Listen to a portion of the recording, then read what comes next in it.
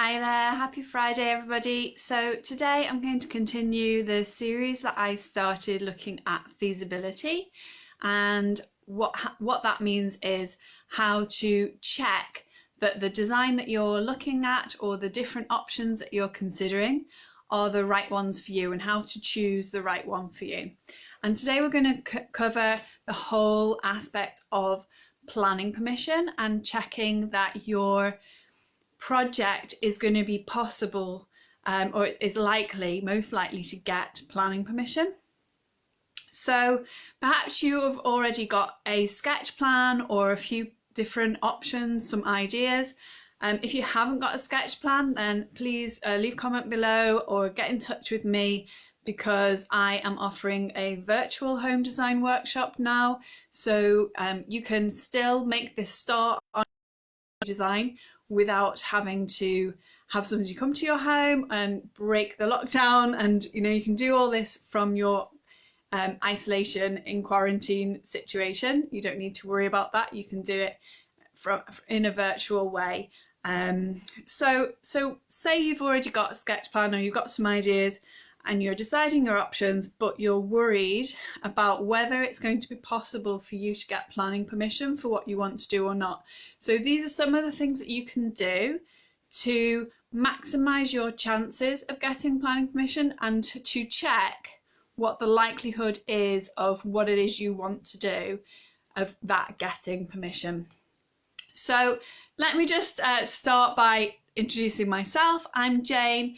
I am the Director Architect of iArchitect, and I help homeowners of period property to make their homes comfortable, characterful and planet friendly. So the very first thing that I would recommend that you do is just have a really nice chat with your neighbours. Whole sort of neighbourhood consultation thing, it's a really big deal in planning, and you may have been involved with councils carrying out community consultation. I know they can be a little bit subjective and not necessarily, well, we won't need to go into that. Community consultation is a big thing, and this is for your home. It's like a kind of a mini version of that, and if you do it right, then you can first of all improve your relationship with your neighbours, which is going to make living where you live easier, friendlier, more pleasant, and it can improve what you're doing to your home. Make sure that everybody, if your neighbours then follow suit, they do exactly the same with you as you're doing with them, then they would chat with you before they decide to do any work as well, and you can all support each other. In an ideal world, all support each other and make sure that any development that you're doing to your home is not going to negatively impact on your neighbour, and that you're all going to be happy there, coinciding, living, obviously this is ideal world scenario. But what I would recommend to do is really just treat this as an informal chat. If you've got some sketches, brilliant, because having something that you can actually show to your neighbours and talk through is really the best way. But if not, then simply, obviously right now, keep 2 meters apart. But when life goes back to normal or some level of normality, perhaps you can invite them around for a cup of tea, a biscuit, and really sit down and have a chat, or show them around your home. It depends on how well you get on with your neighbours, but have a chat over the garden fence if needs be. Just talk them through what it is you're thinking about doing, and just get some idea of what it is that they might object to or that they would be supportive of. Perhaps they have also been thinking about doing a similar kind of work, and it may be possible for you to combine your efforts and get a single contractor to come along and do the work to both of your homes. And it is possible that that could work out marginally cheaper. So that's another thing to possibly take into account, that you could benefit from that conversation. But one of the key things to focus on when you're talking with your neighbours about the work that you're planning to do is to highlight to them the benefits to them of you doing this work. And even if it's just that the work that you're doing is going to make your house much nicer, and so that is going to have a positive impact on the neighbourhood, therefore it will improve the value of property in the area. I mean, that's a bit nebulous, but you could start down that line. But simply just say, explain to them on a human level, we're really struggling because we just don't have enough space for this, that and the other. Maybe you're finding the same thing in your home. How have you overcome it? This is what we're thinking about doing. Have you thought about doing something like that? That kind of informal chat where you're just laying out what it is you want to do. And in a really ideal world scenario, then you could see if they would be willing to support your application. So for example, say you want to do an extension of a certain size and they have also been thinking about doing that. Well, if you can get their support for yours and you can equally support them with their application when they get to do it in the future perhaps, then you can increase the chances of getting planning approval, because planning departments, planning officers often get letters of objection. So if people don't like what you're doing, and this is what you're trying to avoid by having the chat with your neighbours, you're trying to avoid them writing a letter of objection to your application. And if you have had a nice chat with them and talked through, from a personal point of view, what your problems are, and they're on board with that and they're supporting you and they want to help you, then they're perhaps, even if they're not overly keen on what you're planning to do, but if they've been forewarned by you and they like you and they want to support you, then the chances are they're going to be less likely to write that letter of objection. And if it's something that they might consider doing in the future, they may even write you a letter of support, which is a type of letter that all planning officers are happy to receive, very rarely receive, but if they did receive a letter of support, they would take it in equally as important as a letter of objection. So it's worth trying to get one of those from your neighbours if possible.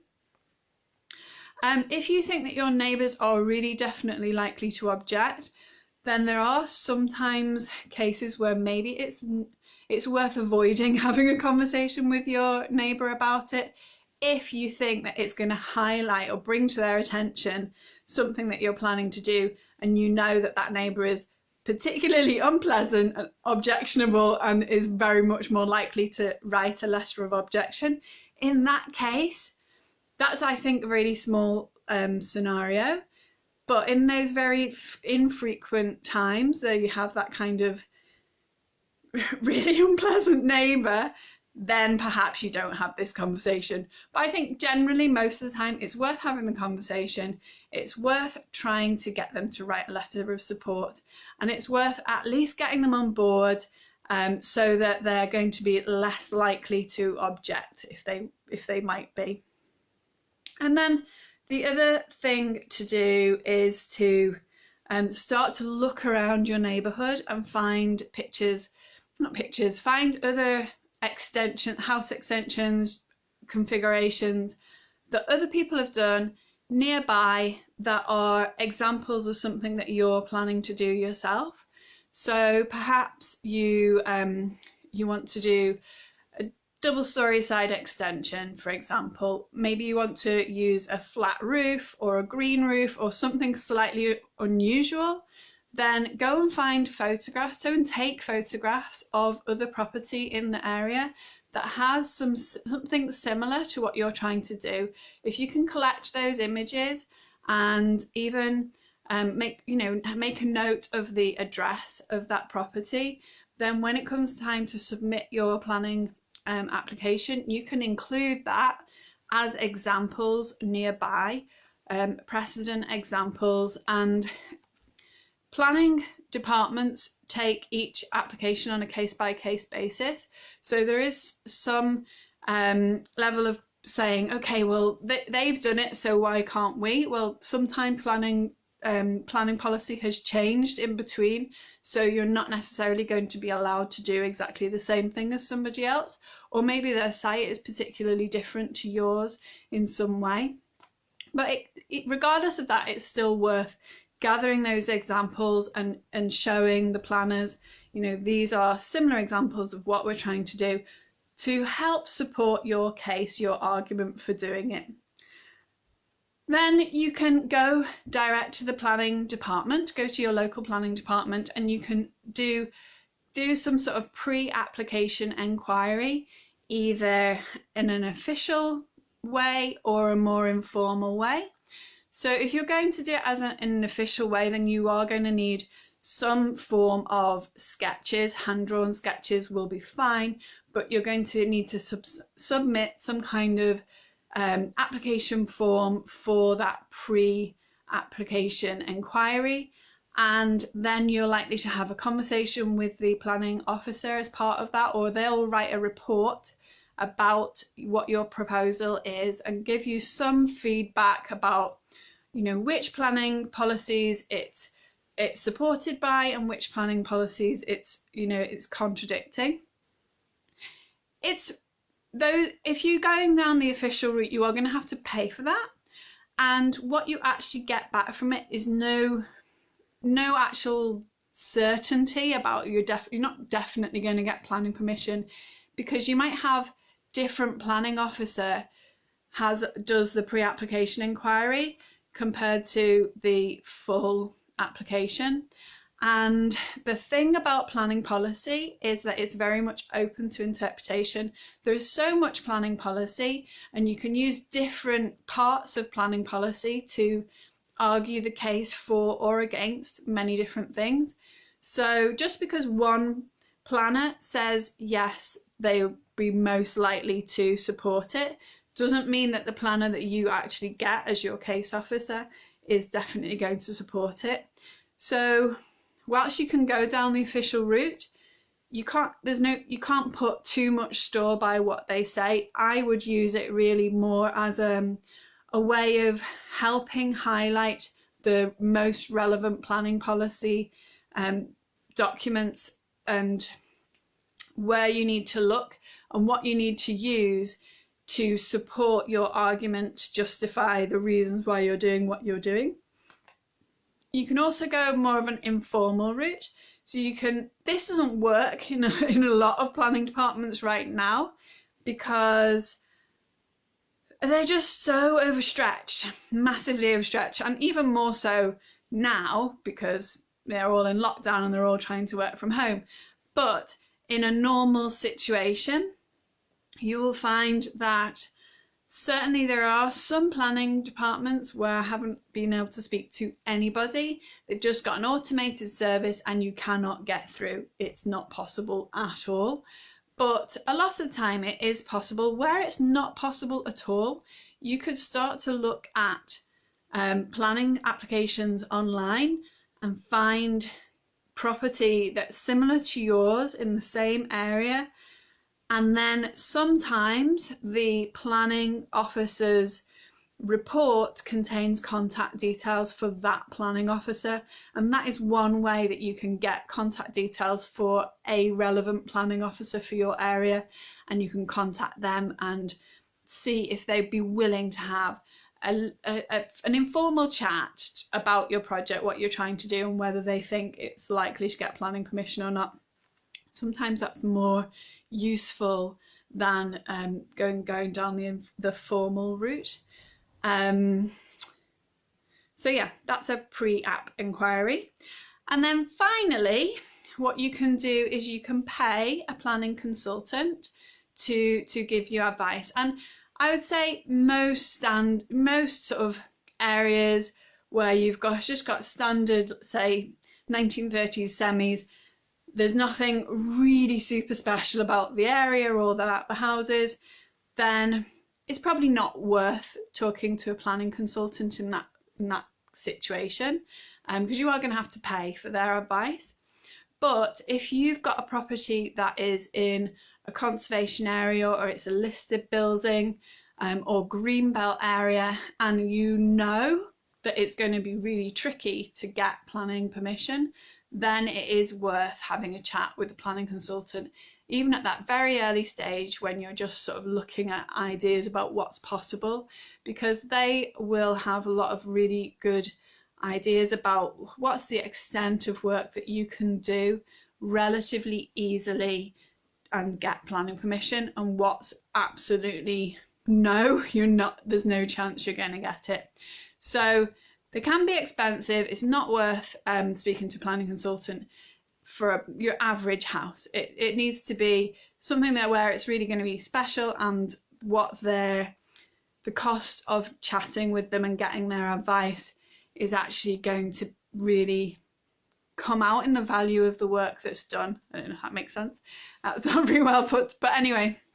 So those are the four things to check the feasibility of your project in relation to planning permission. I'll summarise them quickly.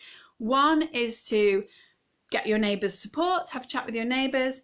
2 is to have a look around, take photographs and note down the addresses of other similar property that have done a similar type of work to what you want to do. 3 is carry out pre-application inquiry with the planning department, either formally or informally.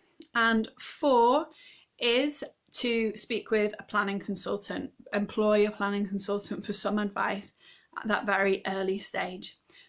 Some might do it for free at that point, you never know. So I hope that's been useful. I will continue this series looking into feasibility, checking the boxes, making sure that your project is going to be possible, achievable within, the parameters that you've set. And I look forward to speaking with you next Friday. Bye for now.